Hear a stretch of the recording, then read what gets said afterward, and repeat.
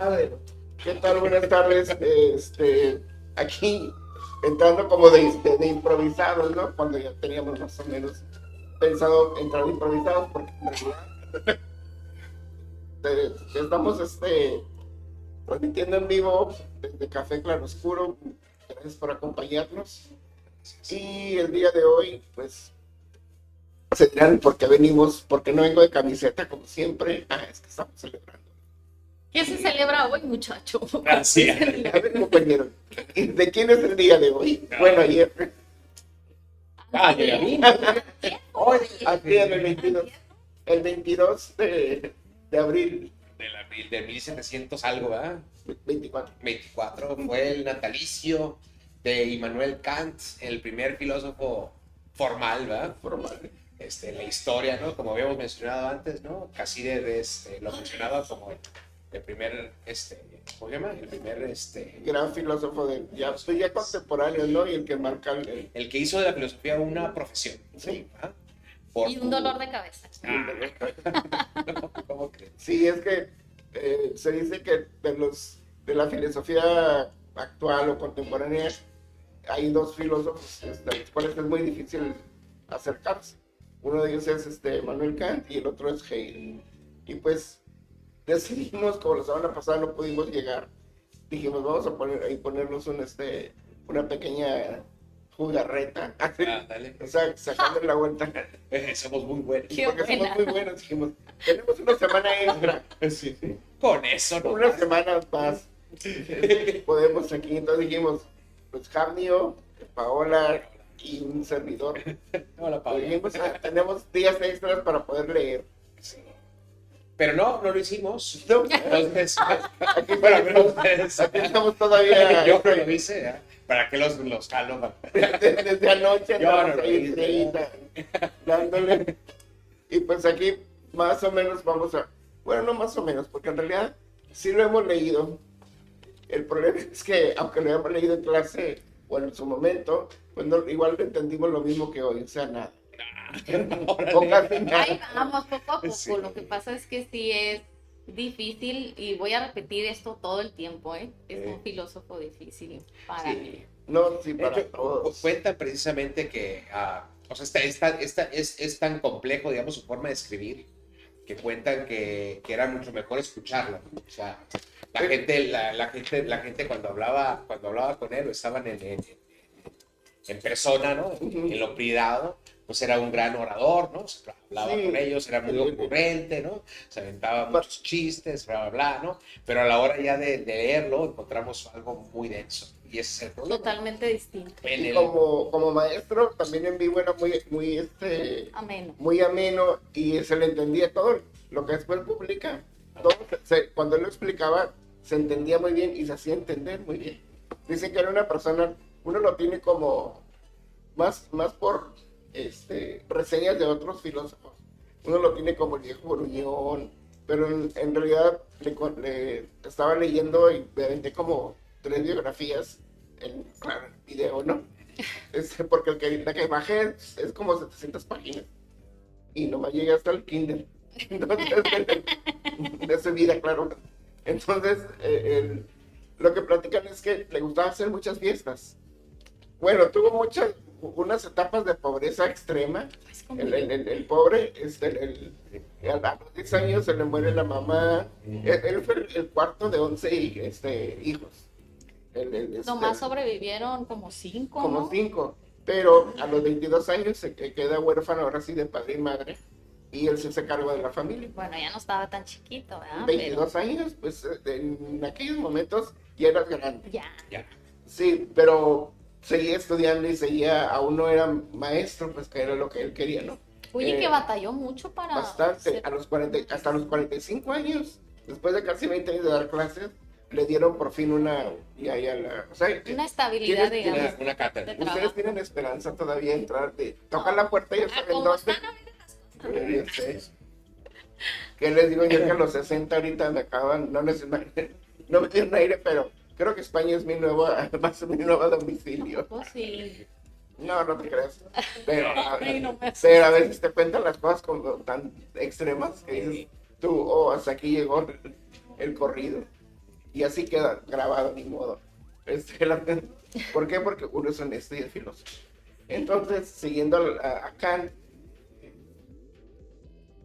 de las cosas que uno puede comparar, siempre hemos dicho, ¿no? Separar la obra de la biografía.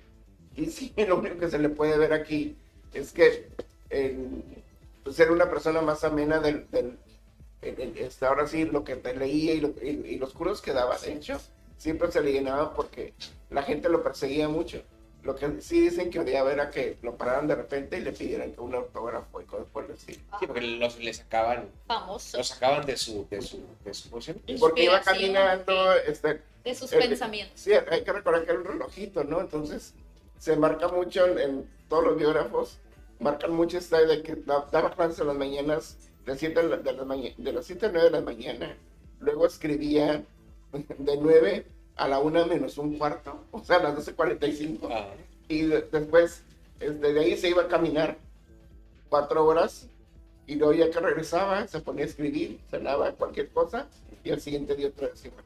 Entonces, pero eso sí, estaba leyendo ahí que los vecinos a veces veían la hora y cuando lo veían pasar, ya saben que era las 3 de la tarde cuando pasaba por cierto lugar, porque era tan exacto para caminar que iba casi contando los pasos. Tardó algo que me gusta, que yo no sabía, por ejemplo, así como a los 45 años le dieron su primer, ahora sí, su primer cátedra, ya como maestro con Lo que ahorita dicen la plaza, ¿no? la plaza, lo que viene siendo la plaza, hasta los 45 años, lo repito, Sí. casi a los 60, cuando tenía 57, publica su primer libro. O sea que hay esperanza, muchachos. ok. No nos Todavía podemos quedar. tenemos tiempo de Todavía escribir. tenemos tiempo. Ajá. Sí, hasta los 45. Y me hace recordar porque hay algunos escritores, Saramago, por ejemplo, Empezó a los 60. empezó a los 60 a publicar. Y de ahí, ahora, esto no quiere decir que de repente son grandes fuentes de erudición, sino que tienen a lo largo de toda una vida, una trayectoria escribiendo y haciendo cosas. De repente se les llega la oportunidad de publicar, les va muy bien, porque a él, de hecho, a partir de la primera obra, a partir de ahí se hizo rico, porque se vendió, ¿cuántas ediciones? Como 22 ediciones seguidas Ya. de sus libros. Tengo entendido que el primero no le fue tan bien porque era difícil, ¿no? Pero ya No lo después entendían. reeditó. Ajá, y Pero fue- cuando hace la segunda edición, ese fue en el 1781, y ya para el 87 que hace la segunda edición, Ya se explica entiende. muchas de las cosas. Sí, porque bueno, es que lo acusaban de berkelismo. que O sea, vaya sí. que es un idealismo puro. ¿no? Sí, De Berkeley. sí, sí, Ah, de ok. Berkeley. Sí, en Hace su tu obra, corrección. de hecho en la primera obra se dice que tiene mucha influencia de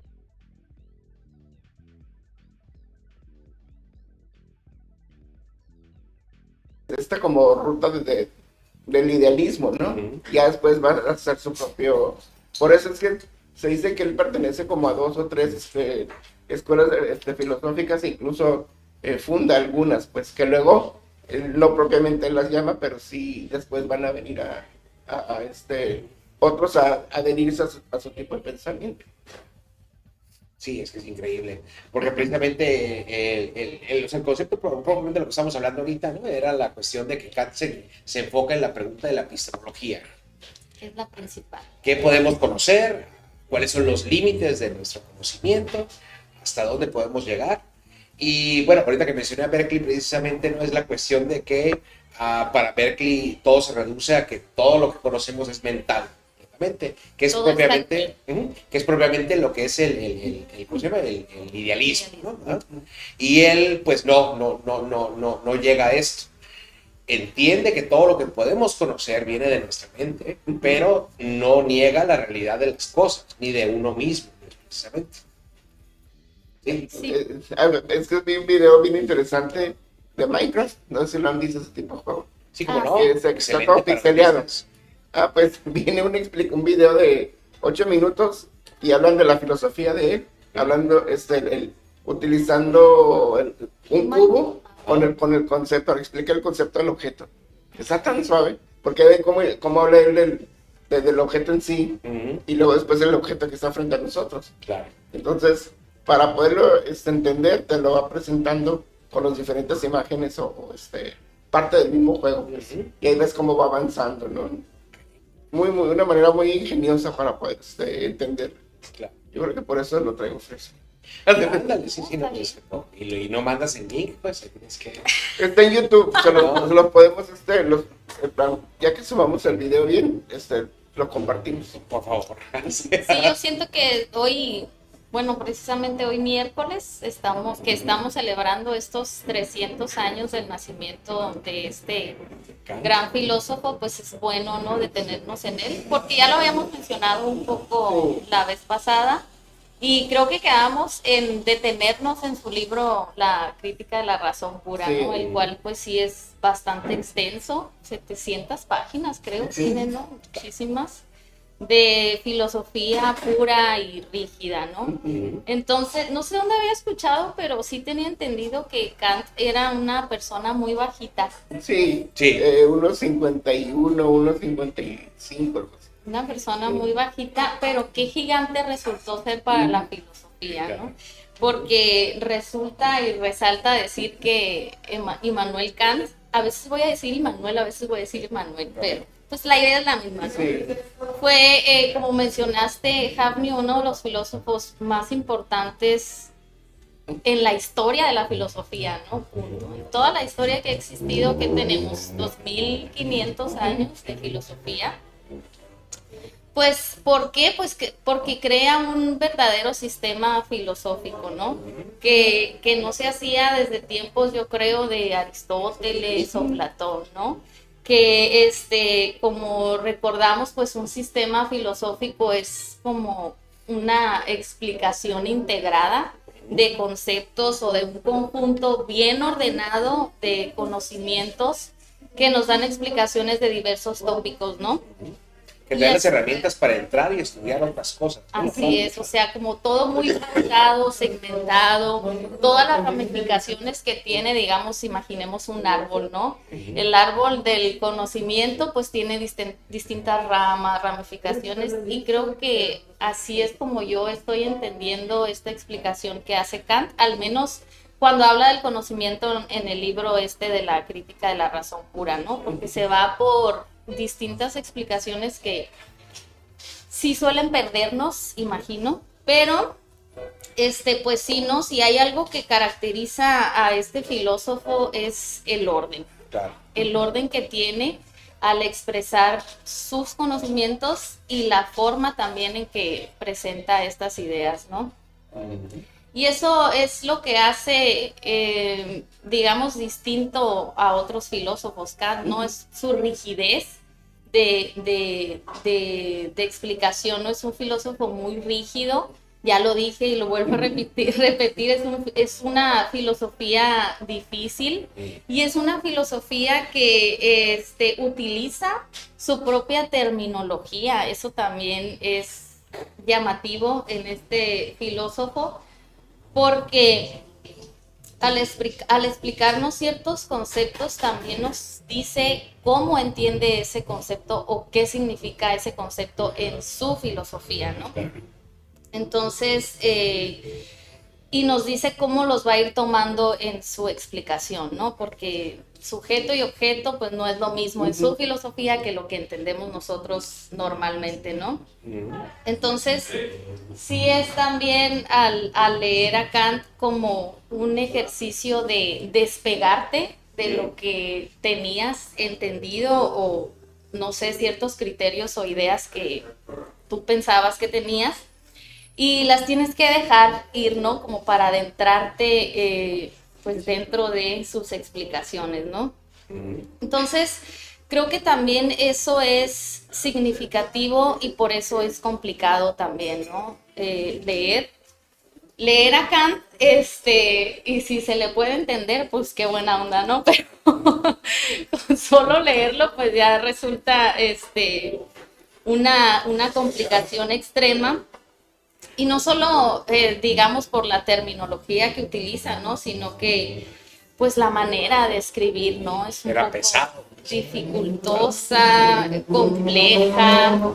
Y de hecho, leí alguna vez que el poeta Heinrich Heine Ok. dijo del libro de Kant, ¿no? De este libro de la crítica de la razón pura, que era un libro abstracto, tieso, insulso y seco. Entonces, pues sí, puede ser que sí, sí lo sea, pero resulta también ser un texto elemental, ¿no? Un texto elemental si es que queremos tratar de entender nuestro conocimiento y también no solo eso, sino la rigurosidad, como mencionamos hace rato, de la filosofía misma, ¿no? Exactamente. O sea, es un ejemplo para que cualquier ser viviente que pisa esta tierra se adentre a la explicación de lo que es la filosofía, porque filosofía no es solamente decir, ay, se me ocurrió esto, y fíjate que esto y esto y esto. No, pues resulta que para él en esta explicación de la filosofía es dar argumentos, explicaciones, comprobaciones, ejemplos, etcétera, de lo que es un concepto o cómo se explican ciertas realidades, ¿no? Entonces, sí, así yo veo a Kant, así sí lo entiendo, ¿no? Como esta figura emblemática, difícil, rigurosa, demasiado ordenada a veces puede ser, incluso con lo que mencionabas, ¿no? De sus propios horarios, de su estricta forma de comportarse, Sí. etcétera. Todo eso engloba también en lo que haces con lo que eres y lo que escribes y lo que piensas, ¿no? Entonces ahí sí queda todo el conjunto en esa persona que fue Kant, ¿no? Sí, que es propiamente el por esto, ¿no? Que maneja de que para que seamos pues, propiamente el microcosmos, ¿no? Como representación del macrocosmos, ¿no? El fundamento del macrocosmos, pues tenemos que comportarnos de tal manera que nuestros actos sean una muestra, un reflejo de los movimientos, del movimiento del macrocosmos. Entonces, por eso decía... Sería lo ideal. Sí, ándale, ¿no? Sí, Exactamente. yo considero que después de Aristóteles es el segundo filósofo que se pone a clasificar para poder entender el entorno y para poder ir respondiéndose también a esas preguntas básicas que él mismo formula. Y es a partir de ahí donde empieza ya con sus categorías. Sí. Más bien son como recategorías, ¿no? Porque ya de alguna manera Aristóteles había dado fundamento para algunas de ellas. Ah, sí, Sin embargo, lo que hace Kant es irse más allá todavía y buscarle otros porqués. Bueno, es que más bien niega los porqués, ¿no? Ah, vaya. Las categorías las toma como, por eso le llama imperativas, porque o sea, son la forma en cómo nuestro pensamiento se da. O sea, que el hecho de que nosotros tengamos espacio y tiempo como el fundamento para nuestro conocimiento no significa que los objetos en sí lo tengan, ¿no? Tenga espacio, sino que es la manera o la estructura de nuestro pensamiento. Que así se nos da, Sí, digamos. exacto. Ahora, estas estructuras son reales o no, pues son tan reales a nosotros como lo son nuestras manos. Pero eso no significa que estas realidades se puedan en realidad sean parte de los objetos en sí o parte de las cuestiones, ¿no? Sin embargo, no niega la existencia de. Por eso se llama, por eso habla de trascendentalismo, ¿no? Y lo mismo lo va aplicando primero con los objetos en sí, que podemos tocar, y después ya se va a la cuestión de Dios, ¿no? Que tiene las mismas formas. ¿Por qué? Porque no necesariamente lo tienes que ver, pero eso no quiere decir que esté. Claro. Entonces, de hecho, lo criticaban, o decía que en realidad no era ateo, porque se hablaba sobre Dios y demás, sino más bien una especie de agnóstico, ¿no? Porque lo que hiciera utilizarlo como sujeto para poder también establecer una crítica en sí. Y es a partir de ahí que empieza ya a establecer las nuevas formas, ¿no? O sea, en este librito que les recomiendo, hace unos ejemplos tan interesantes de una forma tan pequeña sobre las diferentes categorías, que luego vamos a ir hablando de ello, porque pues también nos alcanza para tanto tiempo. Pero sí, de entrada dice, podemos hablar, por ejemplo, de la cantidad, de la cualidad, de la relación y de la modalidad. Estas a su vez las pone como categorías y aparte establece juicios sobre las mismas. Que ya no me voy a entrar tanto en ellos porque si no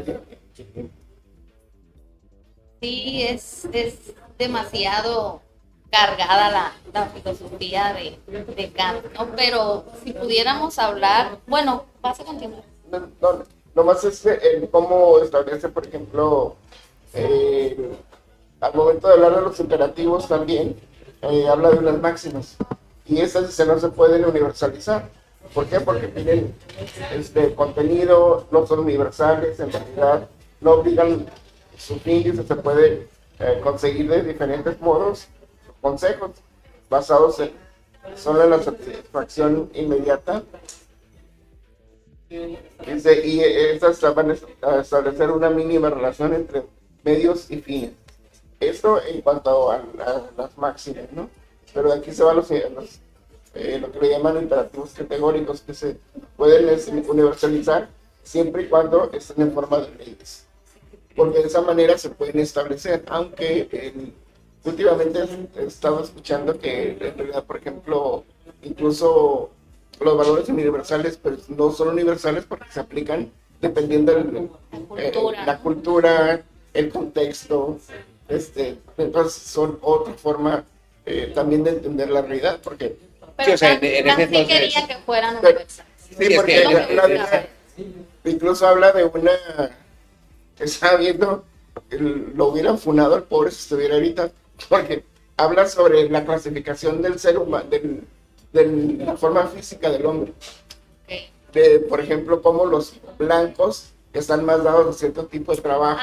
Sí, habla sí de la había escuchado clasificación que era como cultural un poco racista, sí, pero sin quererlo ser, digamos. Sí, Era porque- parte de su contexto pensar así. Sí, o sea, pero- a él sí le perdonamos. se lo perdonaba, no, pero además cuando se lo hacen saber, él rectifica. Ok. Y dice, no, lo que yo decía, o sea, él mismo dice, o sea, a lo que me refiero es al ser humano, pues, como en diferentes situaciones, dependiendo por sus cualidades físicas, va a reaccionar también.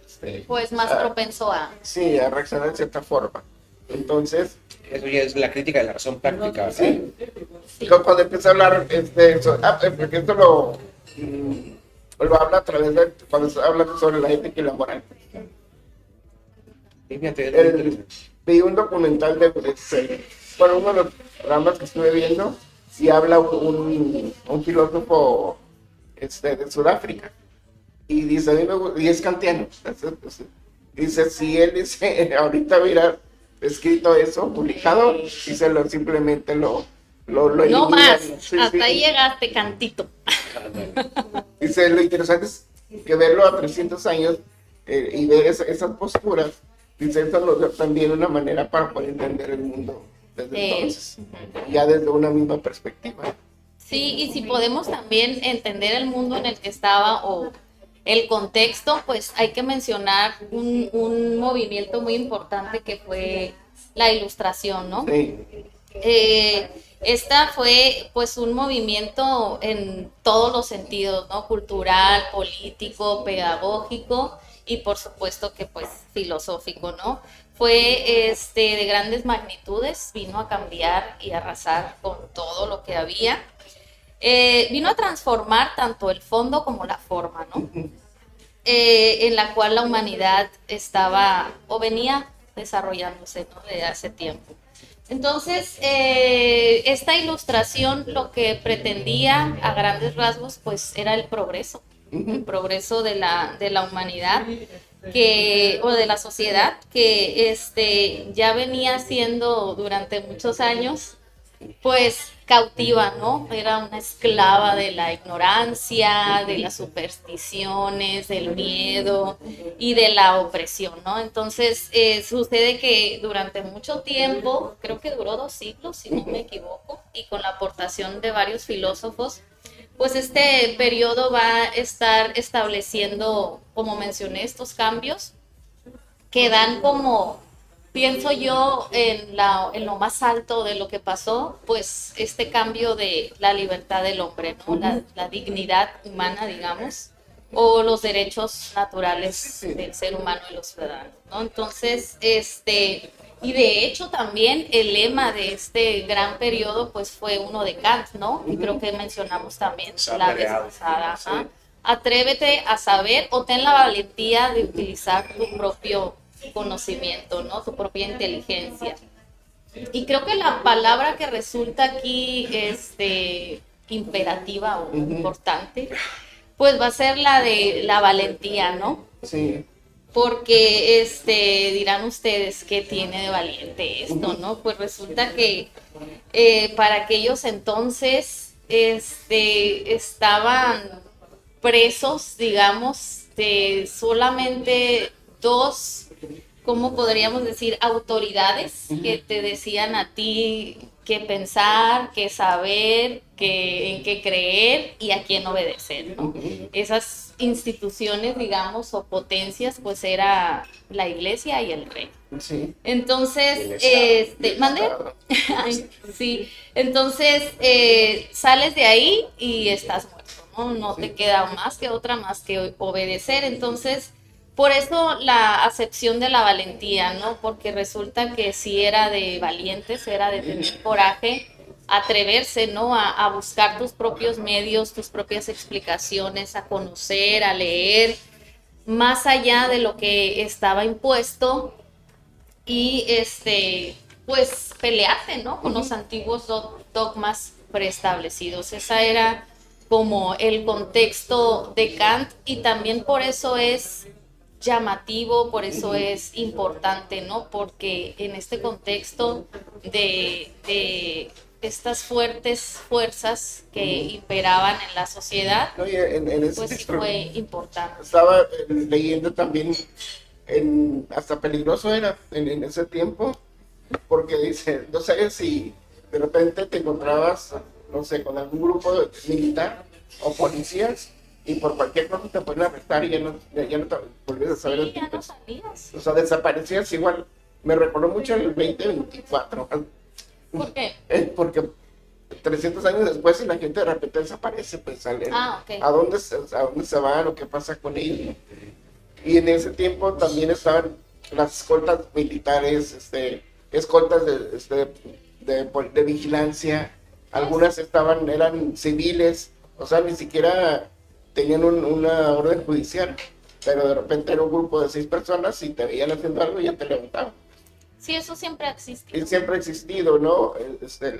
Pero también, si no era eso, grupos de la misma iglesia, por ejemplo. Entonces, por todo lado la sociedad estaba siendo, no atacada, pero sí los iban encajonando hasta que por fin, de alguna manera, vino a evolucionar todo esto en lo que es la Revolución Francesa.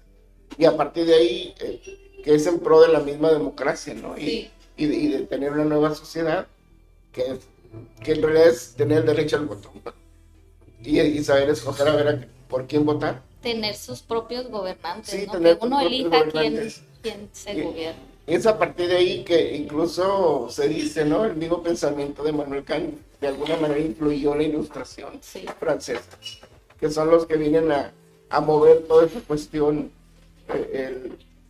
e impulsar, ¿no? Porque gracias a eso, pues ya vienen las independencias en Latinoamérica. Sí, los cambios políticos. Con los cambios, ¿no? O sea, si ya tumbaron al gobernador que viene directo de la corona en aquel lugar, pues nosotros ahí podemos. Y fue a partir de ahí como se fue dando, ¿no? Que son cambios sociales en pro de una misma democracia. Claro. Fíjate todo lo que deriva, ¿no? Sí, todo lo que deriva. Y uno lo piensa o lo podrá pensar y decir, bueno, no tiene gran cosa que ver.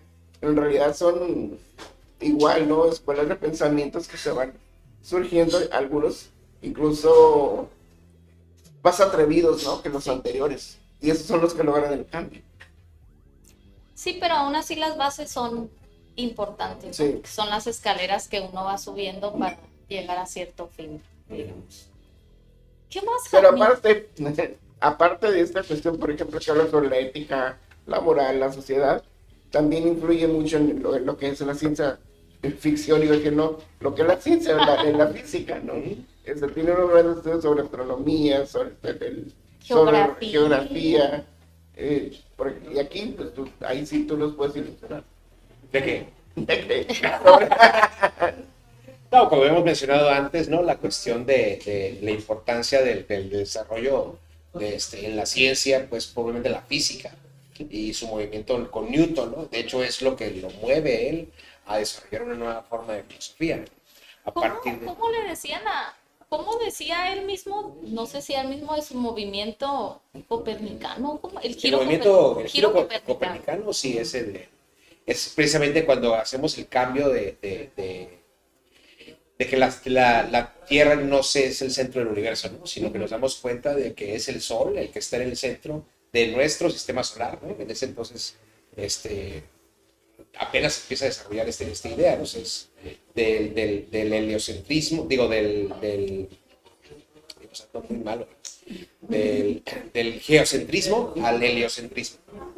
Entonces, está muy interesante porque en ese momento, cuando Copérnico desarrolló estas ideas, muchos por haber dicho que el Sol era el centro del universo, lo que fuera, eran excomulgados, ¿no? La Inquisición, tratados como herejes, ¿no? Etcétera. Pero Copérnico fue muy inteligente en el sentido de que agarró y dice, bueno, no estoy diciendo que así como yo digo sea, pero si yo coloco al Sol en el centro, las ecuaciones matemáticas me dan más sencillas, más simple estudiarlo así. Entonces lo puedo estudiar como de esta manera. De esta manera, un modelo teórico, ¿no? Que me permite o me facilita el cálculo de los movimientos planetarios, etc. Y va con la iglesia, ¿qué onda? ¿Lo hacemos o no? ¿Se animan o qué? No, vaya. Tuvo el cuidado, pues, precisamente de no brincarse esto, ¿no? Sí, lo que está diciendo la iglesia, ¿no? El conocimiento aristotélico propiamente es válido, pero de esta manera, aunque no sea cierto, ¿verdad? Que es lo que tomamos nosotros como modelos matemáticos, ¿no? O sea, o lo que él toma Kant, ¿no? En sí, a partir de esto, los modelos.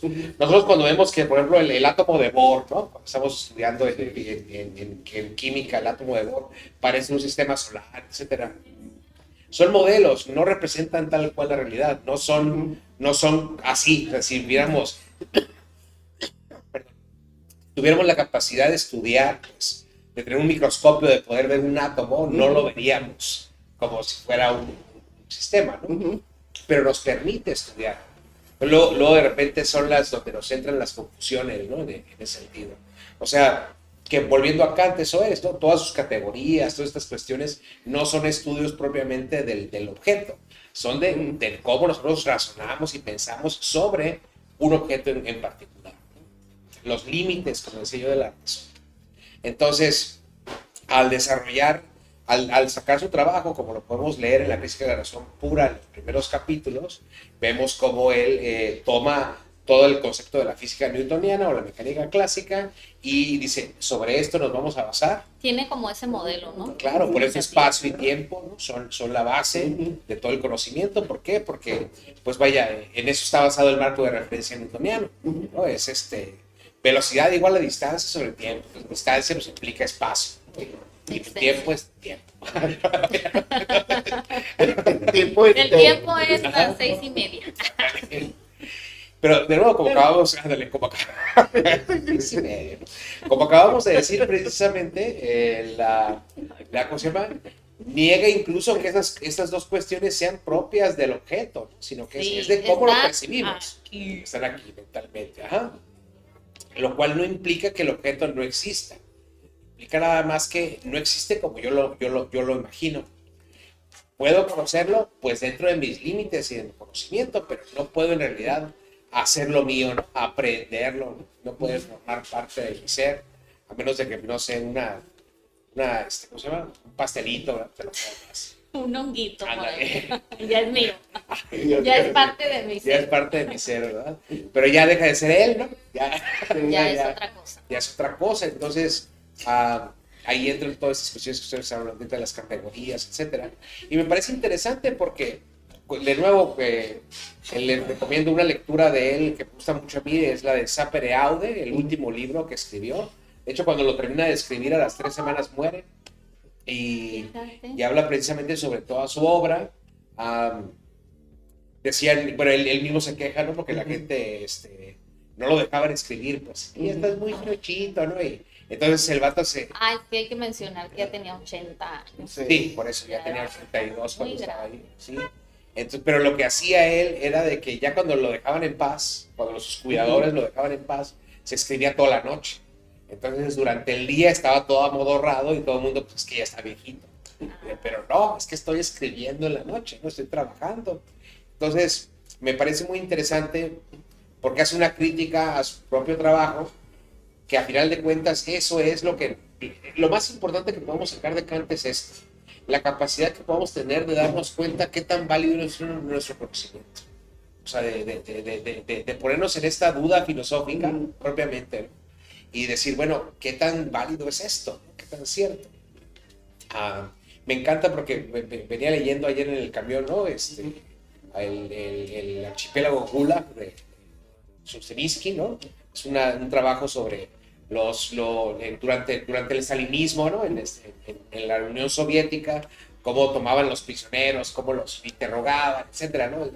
Pues vaya, sabemos todos históricamente hablando que eso fue una masacre, ¿no? Millones murieron y nada más era y a veces ni siquiera por lo que pensabas, era nada más porque pues, había que cumplir con datos, ¿no? Ciertos números de... Y cómo modificaban y cambiaban constantemente lo que tú decías para que quedara criminal, ¿no? O sea, vaya, sí. Sí. Sí, igual que en Chile en los 70, Ándale. ¿no? Sí, bueno, y en muchos casos, mucha gente, ¿no? Sobre todo, gente mentirosa, etcétera, ¿no? Le gusta, si gustan calumniar o atacar a alguien, pues cualquier acto que hagan, ¿no? O sea, te estoy viendo, Paola, que tienes tus manos alrededor del trago, ¿no? Es que porque es bien envidioso, no quiere que nadie agarre su trago. No, tengo las uñas rojas, ¿eso significa qué? Sí, ándale, cualquier cosa, ¿no? Sí. No se puede confiar. Que no se puede confiar en ellos, etcétera. O sea, vaya. Que soy roja. Sí. Che Guevara y todo el resto. Pero apoya el otro sistema. Ándale. Pero en el capítulo cuarto, ¿no? Cuando empieza a hablar de los interrogadores, a los que hacían el trabajo propiamente de interrogar a la persona y acusarlo y darles sus clásicos 10 o 25 años de prisión o incluso asesinato. No. Ándale. También yo creo. No, ándale. Eso era durante el interrogatorio. De hecho, ahí describen 31 formas de cómo interrogar a una persona y es bastante horrible. Con torturas, me imagino. Pues sí, de muchas formas de torturar. Pero lo interesante, a lo que vamos a esto, hablando de lo de Kant, es precisamente que Solzhenitsyn se hace una pregunta muy interesante, ¿no? O sea, dice él, pues me vuelvo historiador de mi torturador, ¿no? Y para poder hacer eso, primero me tengo que preguntar cómo hubiera sido yo si hubiera crecido en el ambiente de él, ¿no? O sea, vaya. Se pone en el lugar de... Exactamente, ¿no? O sea, hablamos de esta empatía, ¿no? O sea, si hubiera yo estado en su lugar, ¿cómo me hubiera yo comportado? Y pues como él mismo lo describe, ¿no? Esa pregunta, si tratas de resolverlo, si la respondes con honestidad, es devastadora. Porque te das cuenta que no. O sea, mucha gente se cree, yo sí hubiera ido en contra de Stalin, hubieras muerto, hubieras hecho exactamente lo que te pedía, ¿no? O sea, por eso los héroes en el nazismo y los héroes han sido gente extraordinaria, porque pues a pesar de las cosas, ¿no? O sea, los demás no hacían nada y ellos sí se atrevieron a hacer, ¿no? Sí, de hecho es parte de lo que dice, ¿no? Con Kant. Dice, una cosa es lo que él decía, atrévete a pensar, pero cuando tienes enfrente a la autoridad que sabe que te puede desaparecer, entonces sería ser muy, muy valiente para decir las cosas. Entonces, ¿qué es lo que haces? Te quedas callado todo. Si quieres seguir viviéndolos, o sea, aprecias tu vida, pues simplemente te quedas callado. Porque de héroes está lleno el panteón. Claro. Entonces, ándale. Entonces, precisamente en el trabajo de Sapir-Aude, él menciona precisamente esto, de que cuando escribe su texto de la crítica de la razón pura, se vuelve muy famoso. Pero él se da cuenta que eso no es lo que él está buscando. O sea, él empieza con una crítica de la razón para responder a su pregunta inicial. Y su pregunta inicial es, ¿qué es el deseo? O sea, vaya, si todo está ordenado y todo está se busca, ¿no? Y todo está razonado. ¿Por qué no me comporto acorde a la razón? O sea, ¿por qué deseo cosas que no compaten pues con lo racional?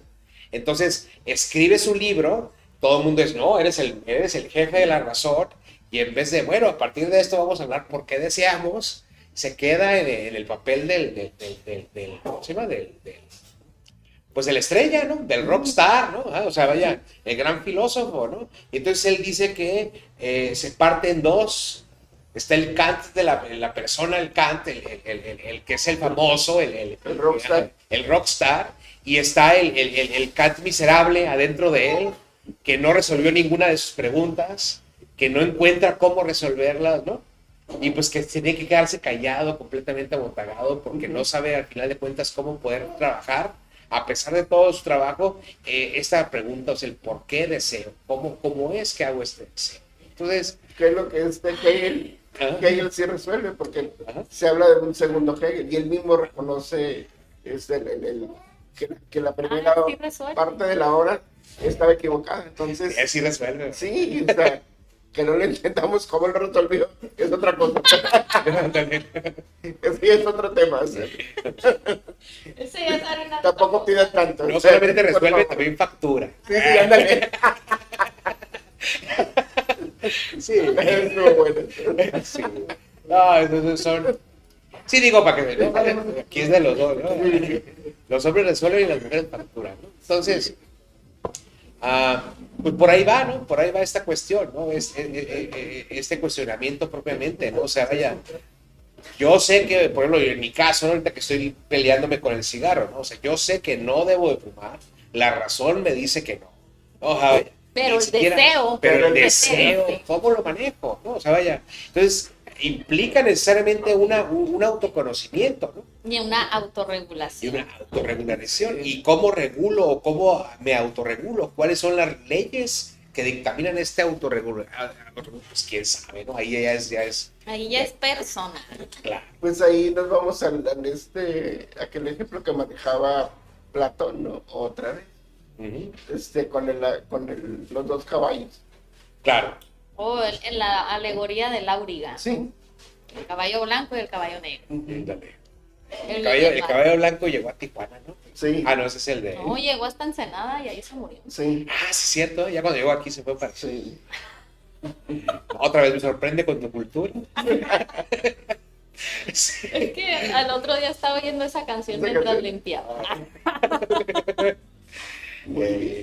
Y bueno, encuentras entonces muchas cosas muy interesantes, ¿no? En esto, porque es el trabajo propiamente de un gran pensador, ¿no? Tratando de encontrar estas definiciones y abriendo el campo precisamente para Hegel y ya después para todos los demás filósofos que conocemos, que en muchas formas nos han definido como cultura hoy en día, ¿no? Actualmente. Como guía para... Sí. Porque bueno, volviendo a lo de la Unión Soviética, pues, ¿no? Encontramos, por ejemplo, ahí la cuestión de que agarramos materialismo histórico, ¿no? Entonces ya el individuo ni siquiera tenemos que preocuparnos por él, porque el individuo no existe, ¿no? Como decía, Stalin definía al individuo como 1 millón de personas dividido entre 1 millón. O sea, era nada. Sí, pero vaya, es... Sí, como para decir que es algo X. Es X, ¿no? No hay quien. Ni siquiera tú sabes que te equivocaste. Sí. ¿no? Porque al final de cuentas no importa lo que tú seas, sino lo que importa es el partido, es el sistema, ¿no? Es volvernos la unión y la fuerza. volvernos como hormigas propiamente, ¿no? Sí.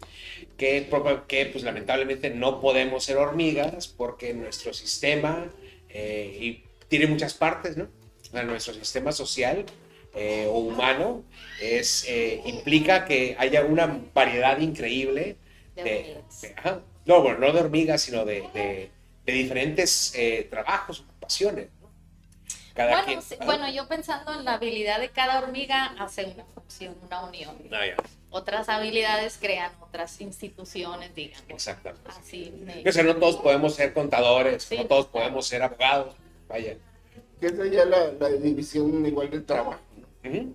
Y esa división del trabajo, aparentemente, si permites que la persona busque sus propios intereses, encuentra su vocación, ¿no? Encuentra su forma de cómo trabajar en la sociedad y ya, ¿no? Cosa que se peleaba antes, ¿por qué? Porque, de nuevo, si habías nacido agricultor, pues, aunque tuvieras una mente brillante en matemáticas, Ahí te tenías que ser quedabas, agricultor, pues, ¿no? O si eras, incluso lo vemos actualmente con los príncipes, ¿no? El príncipe de Inglaterra que se acaba de abdicar, ¿no? España y Inglaterra. Claro, que hay gente que pues, no nace para ser realeza, ¿no? O sea, ellos mismos dicen, no, pues es que no puedo ser rey, ¿no? Ajá. Mis inclinaciones son más a otra cosa, entonces ceden sus derechos. Y antes no se podía renunciar, ¿o sí? Sí, pero pues vaya. Claudicabas igual, pero pues pobre. Con más Sí. terror, yo creo. Sí, Claro. sí, Digo, porque volviendo a los rusos, Tolstoy es un gran ejemplo, ¿no? Él era un hombre de la realeza, pues, ¿no? Rusa en ese entonces. Él prescindió de todo, ¿no? Entregó sus bienes y se dedicó a caminar y a escribir, ¿no? ¿Quién? Tolstoy. Ah, ok. Ajá. ¿A poco sí? Sí. Pero él murió bien pobre en la indigencia. Por eso, pero todo lo entregó, o sea, él se dedicaba a caminar y a escribir y dejó todo atrás, ¿no? Pero vaya, que tenga la capacidad de hacerlo es precisamente volviendo a esto, ¿no? Es parte de la naturaleza humana, o sea, si naces de una forma, no necesariamente así vas a terminar, pues. No están estructuradas las formas, ¿no? Y ahí está la pelea entre determinismo e indeterminismo, ¿no? Claro. ¿Cuál será? Pues quién sabe. Todavía no entiendo. Sí, porque ahí también está, por ejemplo, una palabra que ahora es muy mal usada muy mal vista, ¿no? La palabra conformismo. O sea, que en un principio, filosóficamente hablando, hablamos de un conformismo como, bueno, es que lo que tengo me satisface. Y ahí me quedo. Y ahí, no necesito más porque pues, con esto tengo, ¿no? Ahora, esto que tengo, con esto tengo, ¿qué es? Para una persona puede ser muchísimo, para otra persona puede ser muy poco. No importa lo que las otras personas piensen, es como tú te sientas. Pero si lo ves en la sociedad actual, llamarle conformista a alguien, pues es un insulto. Sí. Porque es alguien que no quiere superarse, alguien que no quiere progresar, Ándale, mejorar. ¿y esa superación de qué o qué? pero por otro lado es criticado porque eres aspiracionista. También, o Sí. sea, Nadie le da gusto. No. Sí, porque tú aspiras a hacer algo mejor, entonces estás negando a tu propia sociedad, ¿no? Dale. Oportunidad. Entonces no te puedes definir con respecto a la sociedad. ¿Qué te queda? Pues definirte con respecto a ti mismo. Pero para definirte con respecto a ti mismo, ¿qué tienes que saber? Pues tienes que conocer tus propios límites, ¿no? Y pues volviendo a Kant, ¿verdad? Esos son esos límites de la razón. Son estas categorías, por lo que estabas hablando, que él no las toma propiamente como pues vamos a suponer que estas son. No, es que en mi estudio del conocimiento me doy cuenta que todo cae dentro de estas categorías. Y estas categorías son las herramientas o las bases del conocimiento humano propiamente. sí. Porque no hemos tocado el concepto de la conciencia o del conocimiento de animal, ¿no? Pero la perspectiva de otro ser no humano, ¿verdad? Pues definitivamente va a estar definido, ¿verdad? Valga la redundancia, por la forma de percibir, sus percepciones, ¿no? El texto famoso, ¿no? De la conciencia de un murciélago, ¿no? ¿Cómo piensa un murciélago? ¿No? Sería interesante. No sabía que existía eso. Sí, ese es uno de los trabajos fundamentales sobre la conciencia. O sea, vaya. Porque pues, el murciélago le hace I. Bueno, no, sí, y con ese I, ¿no? Viaja el sonido, golpea y le da una imagen, ¿no? O le da una percepción de su entorno perfecta, ¿no? Cosa que nosotros con los ojos, pues yo no puedo ver acá atrás, ni puedo ver afuera, ¿no? El murciélago con un ve todo, tiene un scan de toda entonces, ¿cómo percibe, no? Ajá. Entonces, si yo tengo conciencia y el murciélago tiene conciencia, ¿qué tanto regula esta conciencia la forma en cómo la estoy percibiendo? Sí, sí. Ahora. Qué extraño todo esto. Pero bueno, Lo bueno es que Kant se dedicó a los humanos. Entonces, ¿cuáles son las categorías de Kant? Nosotros tenemos por ahí los imperativos categóricos. Son 4, ¿no?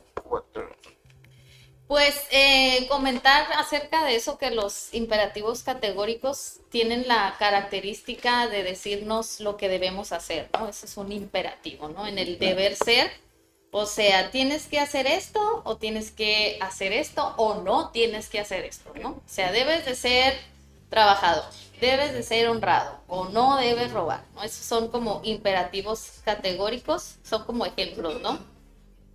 Pero Kant da 2 tipos de imperativos. Uno le llama imperativo categórico, perdón, uno es imperativo hipotético y el otro es categórico, ¿no? Entonces, menciona este texto, los imperativos también van a ser los que guían nuestra conducta, ¿no? Entonces, dice Kant que hay 2, como mencioné, hipotético o categórico. Para saber qué tipo de imperativo es, tenemos que saber qué es lo que mueve nuestra voluntad. Y ahí nos vamos a responder, ¿no? Entonces, menciona el texto. Si no hemos robado, nuestra conducta es conforme al deber. O sea, conforme al imperativo no debes robar, digamos. Pero si no hemos robado por miedo a la policía, allí el imperativo que seguimos es el hipotético. Es decir, pues que no robas porque no quieres tener problemas con la policía, digamos. Entonces, pero cuando tu conducta es saber que no tienes que robar porque en sí la acción de robar es mala, pues independientemente si yo le tenga miedo a la policía o no, yo sé que no es correcto, pues, y ese es un imperativo categórico, y es a lo que explica Kant que debería ser la regla, ¿no? O sea, no hacer o hacer por miedo a ciertas repercusiones, sino porque tú sabes que no está bien y punto, ¿no? Es como la línea, o sea, así deberíamos de ser todos, ¿no?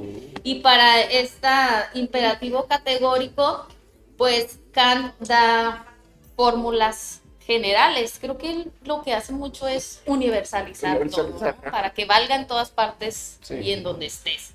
Entonces, la primera fórmula es la de la fórmula de la ley universal y dice: obra solo según una máxima tal que puedas querer al mismo tiempo que se torne ley universal. Si yo no robo, espero que esta acción se torne universal para que así nadie me robe a mí, digamos. La segunda fórmula de la ley de la naturaleza dice: obra como si la máxima de tu acción debiera tornarse por tu voluntad ley universal de la naturaleza. Queda como lo mismo, pero en el sentido de la naturaleza. Tercera, fórmula del fin en sí mismo. Dice: obra de tal modo que uses la humanidad, tanto en tu persona como en la persona de cualquier otro, siempre como un fin al mismo tiempo y nunca solamente como un medio. Aquí ya nos habla de cierto comportamiento entre tú y yo, ¿no? De relaciones personales, que podría resumir, ¿no? No utilices a la persona por lo que te puede ayudar, te puede dar, te puede hacer favores, sino porque es una persona y ya, ¿no? Merece el mismo respeto, amistad que yo esperaría de alguien, ¿no? Y tercera, fórmula de la autonomía, que dice: obra como si por medio de tus máximas fueras siempre un miembro legislador en un reino universal de fines. Es como si pudieras tener una parte, ahorita que son senadores, diputados, no sé, pues si tú esperas que estas personas hagan leyes, regulen leyes que te benefician a ti como ciudadano, pues hazlo también para los demás, ¿no? Haz de cuenta que estás en esa posición para decidir menos impuestos, digamos, o pavimentación en las calles, o agua para todos. Actúa así aunque no seas esa persona. Siempre ayudando al prójimo, al otro, y estando pues en paz con la sociedad y con las otras personas, ¿no? A eso, esto es como muy básico de los imperativos categóricos, pero pues sí dan una conducta ética y moral, que de hecho aparece en el segundo texto de Kant, la crítica del juicio, ¿no?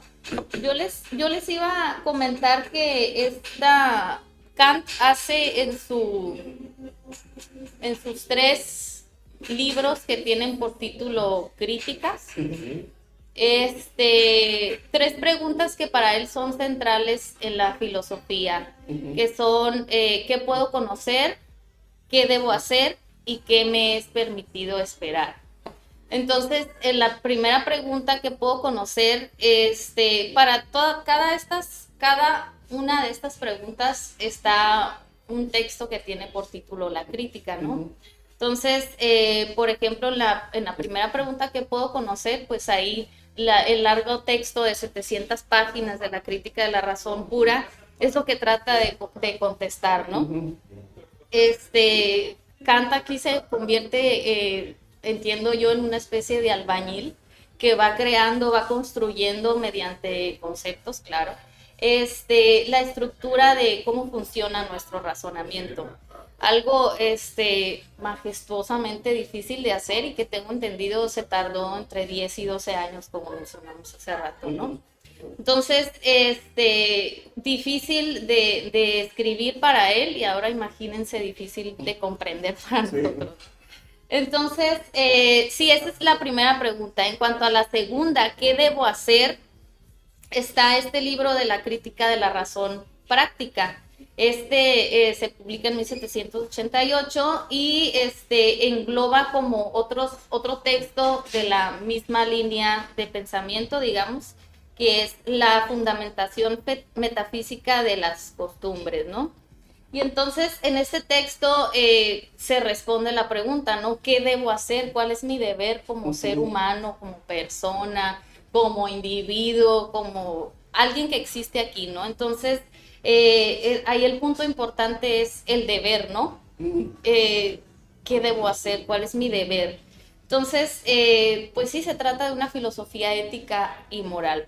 A lo que vamos aquí comprendiendo entonces, pues Kant trata de fundamentar o de argumentar los principios éticos, como ya vimos, ¿no? Siempre con este peso de universalidad, como lo tiene la ciencia, ¿no? Es decir, digamos, no me vas a dejar mentir, Hafnio. Si un objeto o si la fuerza, si la fuerza de caída de algún objeto por la gravedad es igual aquí que en China, pues así deberían de ser los comportamientos o leyes morales, ¿no? Debían serlo aquí, igual aquí que en China, pero ya vimos, ¿no? Pues no creo que eso sea posible, ¿no? Depende de costumbres, contextos, hasta incluso climas, ¿no? Yo me acuerdo que cuando una vez en La Culana hablamos de un filósofo que se llamó Montesquieu, fue muy importante porque él dividió los 3 poderes, fue el primero que hizo la división, el poder ejecutivo, legislativo y judicial. Ajá.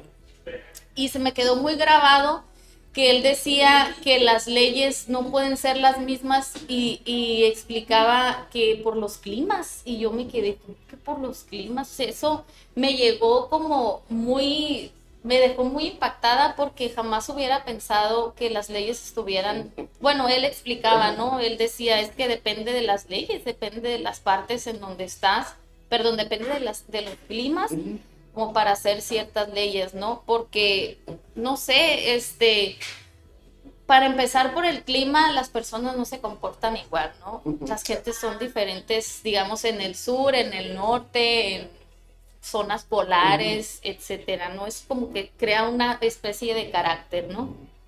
Entonces, sí, ¿no? Esa era como la tarea o el propósito de Kant, ¿no? Como universalizar con comportamientos éticos o morales. Entonces, formular una ética que fuera universal y válida para todos.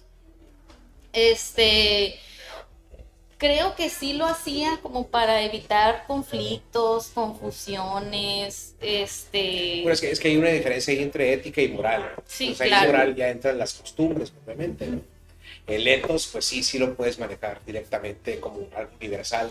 Todos Sí. somos humanos. Es que yo me acuerdo que entendí que cuando él estaba haciendo este tipo de textos, algo pasaba, ya me acordé, creo que los rusos estaban invadiendo Fue Rusia y cuando entonces invadieron había muchos Rusia. conflictos y él lo que buscaba era una explicación, digamos, pues lo pone él, ¿no? Como universal, pero sí es que él veía muchas muertes, conflictos, problemas y pues, ¿qué decir? Pues hay que tratar de entendernos lo mejor Por posible. eso se hace un abogado de la paz, ¿no? Ajá, sí, Decía, eso hay que buscaba. hacer, es lo que buscaba más, pues, o sea, hago de cuenta que fue como el primero que empezó a hablar sobre La paz hacer universal. la paz universal y no la guerra, que luego retomado en los años 60. Sí, sí, es que estuvo muy marcado por eso. Sí. Le tocó una guerra que dura 7 años. Ajá. Pues hasta que ya Prusia después de que él muere, Prusia pues desaparece. Prusia era parte de Austria y la ciudad donde él vivía o donde nació, Königsberg, estaba a unas cuantas Pertenecía a kilómetros. Rusia, ¿no? No, todavía no, ¿Todavía no? Estaban cerca de Berlín. Okay. Entonces era un país austriaco, alemán. Bueno, Königsberg ahorita es parte de Polonia.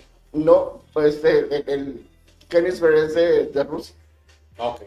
Sí, tiene otro nombrecito ahí.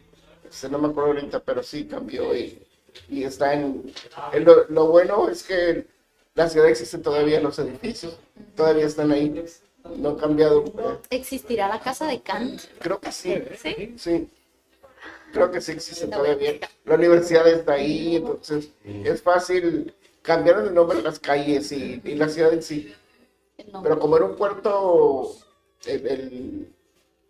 que se nutría de mucho, tenía mucho turismo, bueno, turismo económico, ¿no? O sea, era un puerto donde se vendía y llegaban grandes cantidades de cosas de comercio, entonces por eso no desaparecen como tal. Pero sí, lo que es el pueblo alemán, pues sí, se transforma. Sí, entonces, digamos, ¿no? Que todas estas explicaciones que Kant da sobre lo que leí, pues los imperativos categóricos, como él lo llama, pues digamos que son como una especie de guía o reglas de conducta, ¿no? Algo que vi es que Kant le interesaba mucho las reglas. Era como muy de seguir las reglas, ¿no? Su funcionamiento y su funcionalidad. Entonces, estos imperativos, como digo, son como una especie de camino, digamos, como para saber cómo comportarnos, cómo tener cierta convivencia que nos va a ayudar, ¿no? Entonces, sí creo que son muy interesantes poder comprenderlas y más que nada, pues que también se puedan practicar, ¿no? ¿Qué cosa mejor sería? Y por último, y de acuerdo a la última pregunta, ¿qué puedo esperar? Pues Kant dedica a esta última crítica, le llama la crítica del juicio, se publica en 1790. Y aquí, ya no quiero decir. Aquí analiza el tema del juicio estético, ¿no? El juicio de la belleza y su finalidad. De mí no va a estar hablando. Ingas. Entonces, creo que él está explicando de que si nosotros tenemos la capacidad o la habilidad de apreciar la belleza, como que eso es un medio, ya ven que él divide también empirismo y racionalismo, ¿no? Como que los trata de unir. Y al parecer entendí que la unión de estos dos, pues va a ser la habilidad o esta apreciación, ¿cómo le llama? De sensibilidad que tenemos los humanos para apreciar la belleza, ¿no? Creo que esa era la línea de unión, pero no sé, o sea, este último crítica del juicio está tan extensa y tiene tantos nombres que a mí se me hizo muy complicado, la verdad, pero sí No, es es un un tema trabajo. interesante, sí, Sí, ya. muy interesante. Sí, es que para hacerle justicia pues a los textos tendríamos que aventarnos varios programas. Sí, y Pero ahorita esto, no. esto me parece que sí es al menos una base, ¿no? Que esté complicado, que sea complejo, etcétera, no significa que no los exhortamos a que aquellos que les gusta la filosofía hagan un esfuerzo, ¿no? Porque quien entienda a Kant, pues va definitivamente a poder comprender gran parte de nuestro pensamiento filosófico, ¿no? Sí. Actual, moderno, ¿no? Sobre todo, ¿no? Que muchos están en contra, ¿no? Otros a favor, pero pues vaya, luego nos preguntamos por qué, ¿no? No podemos guiarnos por nuestras emociones, ¿no? Luego me topo con exalumnos o amistades, pues, ¿no? Que es que a mí me apasiona más este texto y por lo tanto ese tiene razón. Entonces, no, o sea, ya no es posible así, ¿no? Tenemos que tener un buen fundamento. Y de repente leemos trabajos que sí, si bien no están de acuerdo con Kant, no están de acuerdo con los imperativos categóricos, dan los motivos por los cuales, y si no trabajamos a Kant, no podemos en realidad leer la explicación del por qué, ¿no? Sí, no se trata nada más de decir que no, Exacto. si no conoces. Exactamente. Entonces, pues los exhortamos a que le entren a los textos. Nosotros esperemos, ¿no? Que tengamos oportunidad en otra ocasión ya de tocar al menos un punto, ¿no? Y verlo con mayor detalle. Tenemos planeados en futuros programas tocar temas, ¿no? ¿Estás bien? Sí. Sí. Ahorita, por ejemplo, ya estamos por terminar los sismos. Nos quedan unos cuantos programas antes de los sismos. ¿Qué Después, sigue? A ver, digan. sigue pues ahorita sí, vamos a tocar de todas maneras, los brincamos ahorita, pero vamos con Schelling, ¿no? Como habíamos quedado la vez anterior. Holderlin y Fichte, Y ¿no? Fichte, ¿ah? Fichte. Fíjate que sí. Ándale. Las Fichtes. Entonces, siguen esos tres. Sí, vaya, ya para terminar con el idealismo alemán. Ok. Y ya entonces entraríamos con el positivismo, ¿ah? O positivismo, pragmatismo creo que nos queda, Sí. existencialismo, ¿no? Tocamos. Creo que no, y posmodernismo, obviamente, que es muy importante. Ay, no, eso no. Dios. Y es muy Pero- es difícil entrarle al posmodernismo porque lo estamos viviendo, ¿no? Actualmente, pero terminando estos sismos, empezaríamos a hablar de lo que son las disciplinas filosóficas. Filosofía de la naturaleza, filosofía de la historia, filosofía del derecho, ¿no? Etcétera, etcétera. Les daremos en su momento el calendario. Y pasando esto, entonces ya tenemos planeado ya tocar temas en particular, ¿no? Más adelante. Adelante. Sí, lo más... Queda un largo trecho. Así muy es. estrecho. Ya para terminar, porque nos pasamos de la hora. En esa última crítica ya del juicio, también establece las bases para lo que va a ser la definición desde la estética. Es de los primeros que empiezan a definir la estética como la conocemos hoy como disciplina filosófica. Establece los lineamientos de lo que es bello, por ejemplo, cuándo es arte, cuándo no es arte. Se empieza a meter y todo esto es a través del juicio que uno emite también. De la sensación que de la tenemos sensación. al ver, sentir o probar. Y lo hace desde la perspectiva moral también. Entonces va uniendo todos estos puntos de alguna manera para darnos a entender por qué dentro del arte algo se puede justificar que para algunos no será arte, pero para otros sí. Entonces, desde ese punto de vista, pues decir, bueno, un plátano pegado con un tape, pues sí es arte. Sin embargo, no es algo perecedero tampoco y entendemos que entonces no va a funcionar como tal. De ahí que uno se quede con momento de hablar de arte, por ejemplo, pintura, uno se vaya por la técnica, por los colores, por este tipo de habilidades que se van desarrollando, pero que no necesariamente son parte de la estética. Entonces, Porque lo que debería ser es